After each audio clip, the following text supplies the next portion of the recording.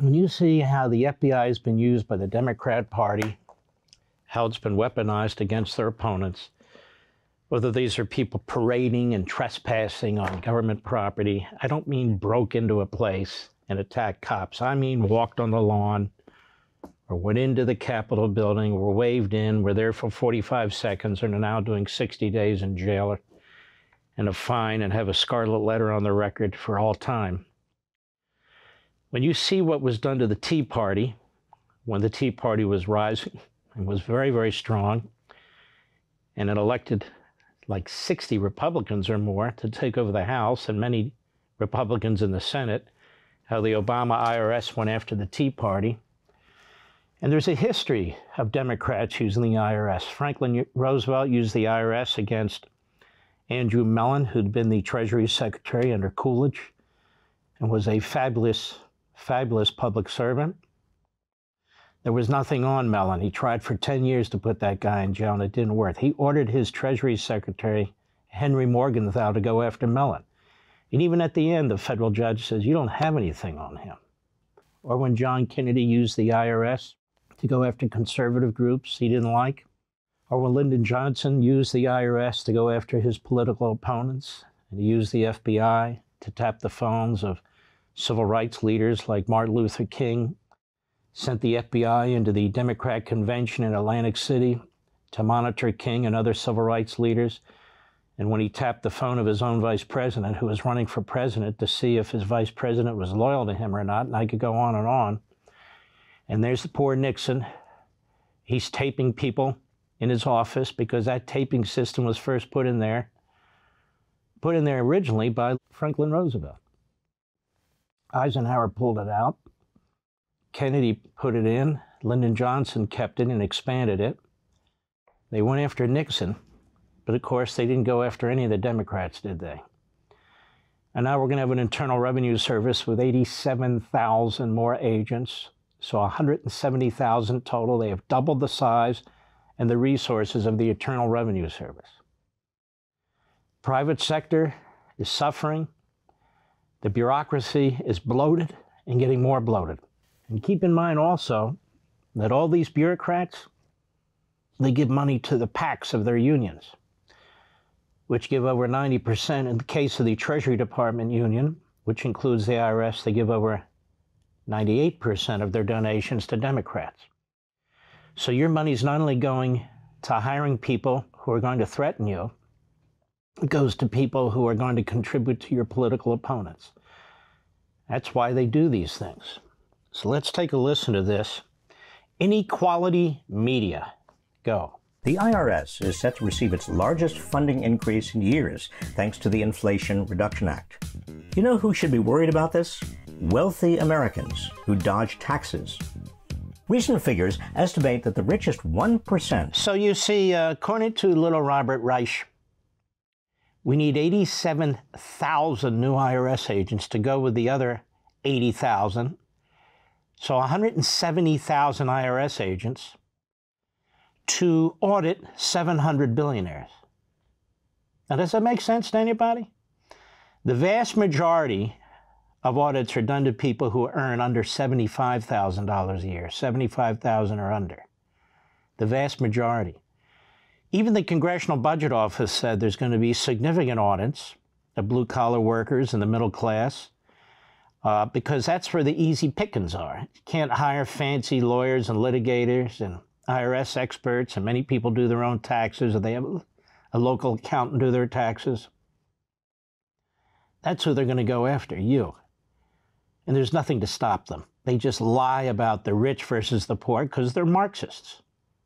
They're going to tell you, well, the richest 1% don't pay this and don't pay that. It's nothing to do with this. They're unleashing these people against you and small businesses. Go. Are hiding more than 20% of their earnings from the IRS. Now, I've always wondered about this. So here's the Washington Post that does a story more than a year ago that says the richest 1% are hiding more than 1/5 of their income. Don't you find that strange, Mr. Producer? If they're hiding it, then how do they know about it? If they're hiding it, how do they know about it? If they're hiding it, why don't they tax it? Because this is semantics used by the left as they destroy the language and change the narrative. The Internal Revenue Code is massive. It's bigger than the Manhattan phone book when we used to have phone books. Like this. So when you're wealthy, you have a few billion or 100 million, you can't figure that stuff. You hire people to take care of it. I have a CPA. I'm not as wealthy as these billionaires and 100 millionaires and all the rest of it, but I don't want to make a mistake and I don't understand it. You're signing that return under penalty of perjury and you hope for the best. That's what we all do, hope for the best, those of us who pay taxes. But there are deductions. I don't have a lot of deductions. I don't have money in Cancun. I don't know all this stuff, and I don't want all this stuff. I don't want all these problems. My CPA has an order from me. If we have to pay a little more, pay it. That's because I don't want any problems with these people. Now, the problem is, if you have multiple businesses and you need deductions for the businesses to stay afloat and so forth, they're in the Internal Revenue Code. They've been snuck in there or put in there intentionally by the mansions, the cinemas, the Schumers for Wall Street, Biden for Wilmington, where most companies are headquartered because of the tax benefits, and on and on and on. So is that what they mean by hiding 1/5 of their income? I think it is. Is that what they mean by loopholes when they're intentionally put there by members of Congress? I think it is. But they're not hiding, and they're not loopholes if it's in the statute. Go. Accounting for more than 1/3 of all unpaid federal taxes. So look at the assumption, but he wants it to be this way. 36% of all unpaid federal income taxes are owed by top 1%. That's based on the assumption that they're hiding 1/5 of their income, which is based on nothing. Absolutely nothing. We don't know about that. Go. Some estimates show that collecting all unpaid federal income taxes from the wealthiest Americans could generate anywhere from $200 billion to $1.75 trillion. Now let's slow down. Could generate from 200 billion to almost 2 trillion, 10 times more? That seems to be a little broad to me, doesn't it to you? From 200 billion to 1.75 trillion. Excuse me? Where are you getting these numbers from? Well, they just pull them out of thin air. Somebody writes a column and makes that suggestion, and that's what they do. What these fools want is to redistribute wealth. This is all Marxist claptrap. I don't care if somebody makes $1 billion or $100 billion or $400 billion. What do I care? How does it affect me? It has no impact on me whatsoever. It's not as if they make $400 billion. Nobody does. I'm just making a point. As if they make $400 billion and somehow it's an obstacle to me. It's not an obstacle to me at all. You know what I think? How the hell did he or she do that? I need to figure out how to do that. When I was a little kid, that's what they used to teach us. Don't you want to be successful? Sure. You want to be a millionaire, which was a big deal? Sure. Well, get out and do this. That's a redistribution of wealth. If this is what you're interested in, go ahead. Over the decade. So why hasn't our government been able to collect all that? Now, let me just say this as a matter of observation. I'm wearing this because of the DeSantis statement on here. And I don't normally wear this in front of this show, first time. This guy... Look at what he's wearing. You'd think he's poor. You'd think he's homeless, right? You'd think he's a slouch. He makes an enormous amount of money. Go ahead. Money from the richest of the rich? Because the IRS has been underfunded and severely understaffed, thanks in large part to a decades-long campaign from Republicans to transfer wealth to the top. You see, the Republicans want to transfer wealth to the top. That's right. Don't you understand? When the Democrats had the presidency, the House, and the Senate, what did they do with the IRS? Nothing.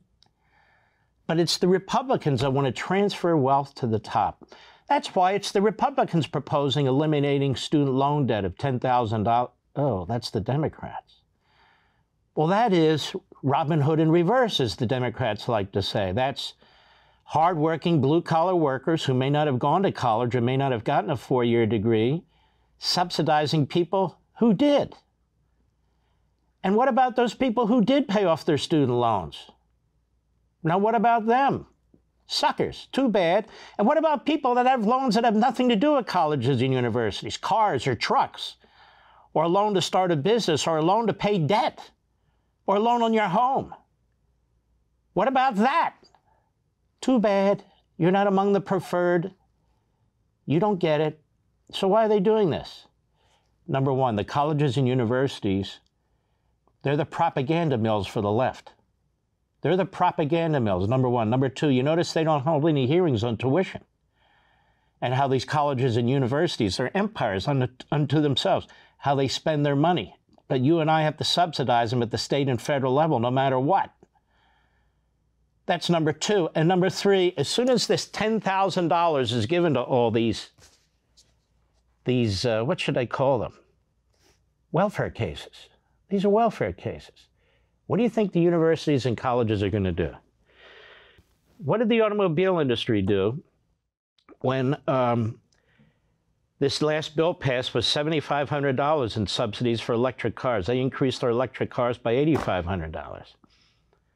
The next day, what do you think these colleges and universities are going to do? They're going to say, you know what, we better tighten our belts. We better redouble our efforts to catch expenses that we shouldn't have and to reduce. No, they're going to say more free money, jack up the tuition.